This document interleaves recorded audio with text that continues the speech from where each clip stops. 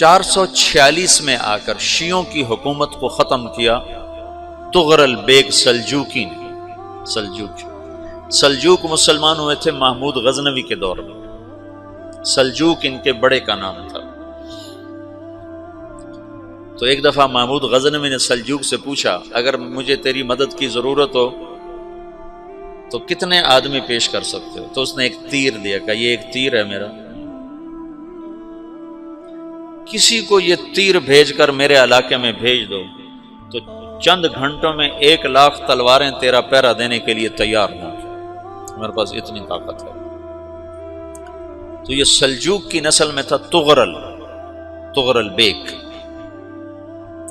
اللہ تعالیٰ نے جب عرب زوال کا شکار ہو گئے اور ضعف کا شکار ہو گئے، جیسے بڑھاپے کا کوئی علاج نہیں، جب قوموں پہ زوال آتا ہے تو اس کا بھی کوئی علاج نہیں، پھر اور قوم کو جگہ ملتی ہے۔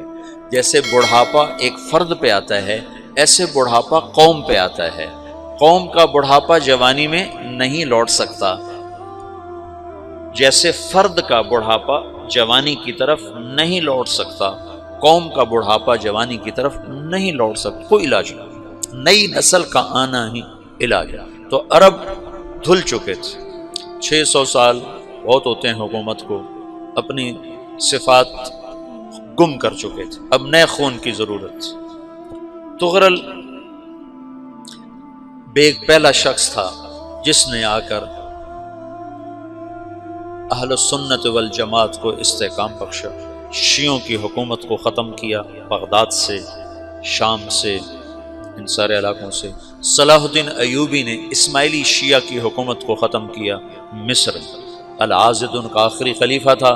صلاح الدین ایوبی نور الدین زنگی رحمۃ اللہ علیہ کا پروردہ تھا، اس کا دوست تھا، اس کے دوست بھی تھا، بچہ بھی تھا اس کے سامنے، زیادہ لکھنے پڑھنے کا شوق تھا۔ پھر اللہ تعالیٰ نے اس سے کام لیا اور اس کو مصر کا گورنر بنا کے بھیجا، مصر کی مدد کے لیے بھیجا۔ تو وہاں اس نے صلاح الدین ایوبی نے وہاں ختم کیا، تغرل بیگ نے یہاں ختم کیا۔ تو پھر سلجوک جو تھے نا یہ اقتدار میں آئے، ادھر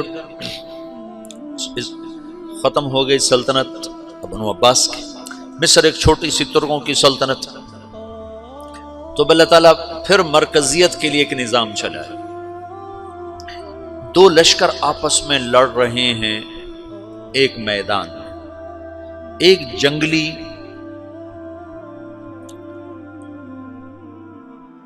بدوؤں کا قافلہ، جنگل کے لوگ اپنے قبیلے کو لے کر، ایک جنگلی قبیلہ اپنے سردار کے ساتھ نقل مکانی کر رہا ہے ایک جگہ سے دوسری جگہ۔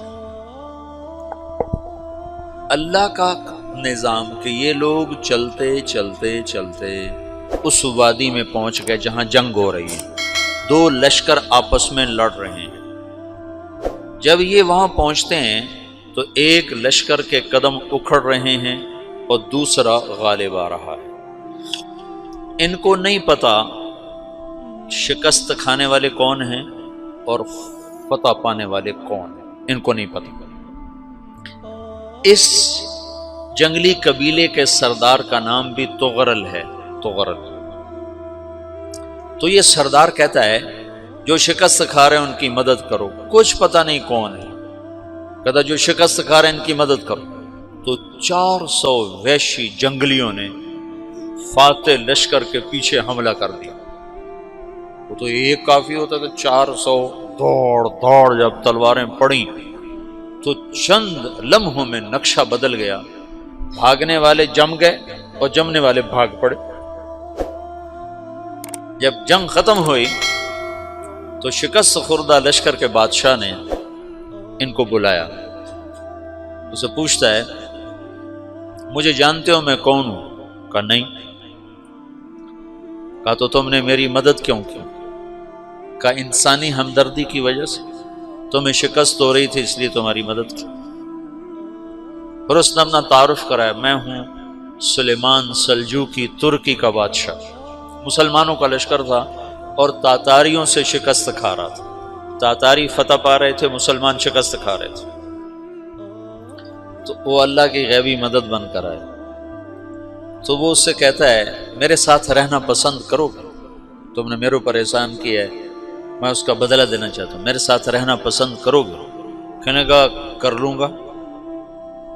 تو اس نے اس کو لے کر ترکی آیا، اور استنبول اس وقت روم کی حکومت میں تھا، اس سے فتح کیا اس تغرل کے آگے چوتھے پانچویں پڑپوتے محمد فاتح نے۔ تو یہ استنبول ہے، یہ ترکی ہے، بیچ میں ایک چھوٹا سمندر ہے، یہاں ایک جاگیر ہے۔ تو سلطان سلیمان کہتا ہے یہ جاگیر تجھے وقف ہے، ادھر سے رومی مجھے تنگ کرتے ہیں حملے کر کر کے، تو میرا دفاع کرتے رہنا، یہ جاگیر تیری۔ یہ اس جاگیر پہ اس نے اپنے قافلے کو آباد کر دیا، اپنے قبیلے کو، اور ایک چھوٹی سی حکومت بنا لی، جو ایک صوبہ سمجھو سلمان سلجوقی کا، وہ ایک چھوٹا سا صوبہ ہے۔ وہاں جب یہ رہ پڑا تو پھر یہ ایک شیخ کے بیت ہوتا ہے، وہاں شیخ طریقت ہے، ان کے یہ بیت ہونے جاتا ہے، وہ اس کو رات اپنے پاس ٹھہراتا ہے، تو ایک کمرے میں ان کو ان کا خادم ٹھہراتا ہے۔ یہ جب کمرے میں جاتا ہے تو سامنے دیوار میں تاکچے پر قرآن پڑا ہوا ہے، تو یہ تغرل بیگ کہتا ہے یہ کیا ہے، یہ کیا ہے؟ تو وہ خادم کہتا ہے یہ کتاب اللہ ہے، قرآن ہے۔ اچھا، وہ اس کو وہاں چھوڑ کے باہر چلا جاتا ہے۔ وہ دیہاتی آدمی، جنگل کا رہنے والا، پہلی دفعہ زندگی میں قرآن دیکھا، وہ کہتا ہے یہ قرآن ہے، اللہ کی کتاب ہے، میں اللہ کی کتاب کے سامنے سو جاؤں، کتنی بے ادبی ہے۔ تو اس نے ایسے قرآن اٹھایا اور سر پہ رکھ لیا اور کھڑا ہو گیا، ساری رات قرآن سر پہ رکھ کے کھڑا رہا۔ رات کے پچھلے پہر اس کو خواب آیا، کھڑے کھڑے اس نے دیکھا کہ اس کی پشت سے ایک چاند نکلا اور شیخ کی بیٹی کے سینے میں جا کے اتر گیا، پھر اس لڑکی کے سینے سے ایک درخت نکلا جو پھیلتے پھیلتے پھیلتے 3 بر اعظم پہ چھا گیا، افریقہ پر، یورپ پر، ایشیا پر۔ پھر اس کی آنکھ کھل گئی، وہ کھڑا ہوا ہے، تو اس نے صبح یہ خواب اپنے شیخ کو سنایا، تو انہوں نے اپنی بیٹی اس کے نکاح میں دی تھی۔ اس بیٹی سے ایک بچہ پیدا ہوا، تغرل بیگ نے اس کا نام رکھا عثمان، عثمانی ترک نام سنا ہوا، جو میں نے کل بتایا تھا کہ 1924 میں وہ خلافت ختم ہوئی۔ تو ایک بیٹا پیدا ہوا عثمان۔ عثمان نے پھر ایک نئی اسلامی حکومت کی بنیاد رکھی جو 1924 تک چلتی رہی، کوئی 800 سال یہ حکومت چلی۔